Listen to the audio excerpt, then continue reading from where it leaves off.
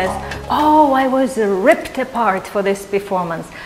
The message boards were aflame," I usually answer, "Just ignore. Who cares?"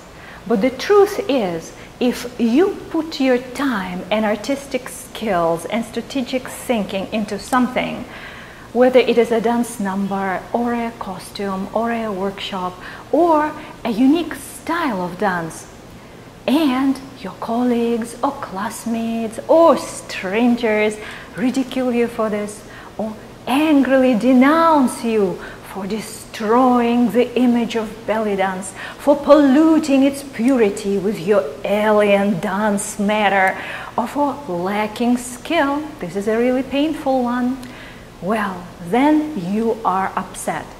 You need to resolve this upset inside so that you are not carrying that scar.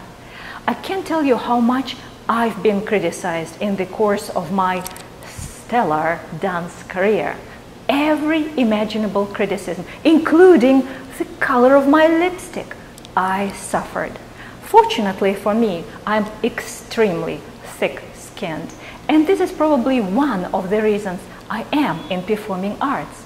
When all my friends wither, killed by the poison of undeserved criticism, I will be the last woman standing and truly ignoring, because I'm just too busy with my stuff. But if you're not like me, if criticism, deserved or undeserved, hurts you, here are some thoughts. In the scenarios I'm going to mention, we exclude any criticism you may hear from your teacher or private criticism you may hear from a good friend who you know for sure has your back and would not do anything to hurt you. So we're talking about public or semi-public criticism by people who are not your best friend, and most likely they're strangers in your town or online. Okay, first line of defense is, ask yourself, can that criticism be caused by envy? This scenario covers, in my experience, 99% of all cases of criticism. If you're beautiful, young, sexy, skilled, and especially if you're aggressively pursuing a dance career or even just actively promoting yourself, you will be the victim of envy-driven criticism. If any of this rings true, it's easy to resolve it in terms of your inner peace. And as for the interface with the critics, here is this familiar piece of advice: ignore. The biggest mistake you can make is engaging in conversation or argument with your critics. You legitimize them this way. Behave like a star. They're obsessed with you, but you don't even know who they are. Look at it as fanship in reverse. Being noticed is half a battle won, and criticism means they have noticed you. No such thing as bad publicity, right? The critics are running around telling their friends about you, sharing the links to your performance in indignation, and doing the work for which public relations and marketing professionals are paid.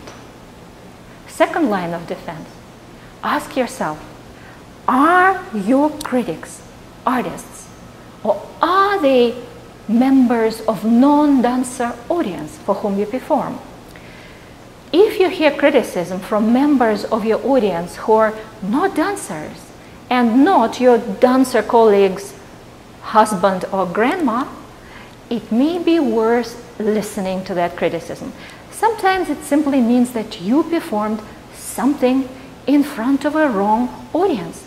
Maybe you were a little too sexy at a more conservative family event.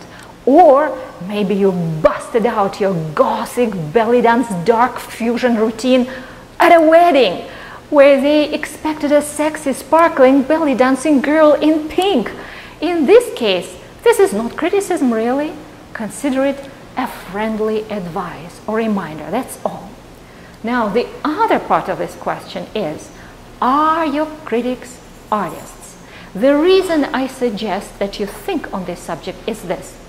It takes a hell of a lot of transgression for a real artist to criticize another real artist. In other words, even though occasional artist feuds happen, but in terms of real criticism, artists don't criticize artists. I may not have enough time to elaborate on it right now, but basically, if you are an artist, a real artist, you're open-minded enough that you live and let live and avoid judgmentalism as much as you can. And if you're a naturally judgmental person, and some of us are, you just simply keep it deeply private. Communities of dedicated or professional artists are small. Our success starts with someone in our own community recommending us, praising us, helping us find our first gig. So, even from this strategic point of view, you open your mouth to criticize anyone in your community, say goodbye to art as a career. Most of criticism from the artistic circles comes from people around the arts, not really committed to arts as a career. They don't care about building lifelong relationships and alliances. They are the people who engage in flaming battles on the internet message boards and in gossip in their home studio. These are not the individuals whose voice should either harm you or upset you personally. Ignore with alacrity. Okay, I think we've covered here the most typical cases, the classic cases of being caught in the crossfire of critics' battles. The last thing to consider is this.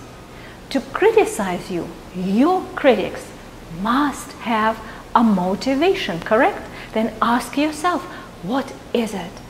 Most likely they just want to show that they know something about dance or dance styles or dance history at your expense, right? Or maybe they actually believe that they're saving their beloved art form from your corrupting innovations, or saving their beloved community from your aggressive push to undeserved fame. Nah, I don't think so. If they knew how bad they look to any real artist with a needy display of knowledge and virtue signaling, they simply won't ever criticize anyone ever in the arts world. And this is my word not only to you, the victim of criticism, but also to your selfish critics.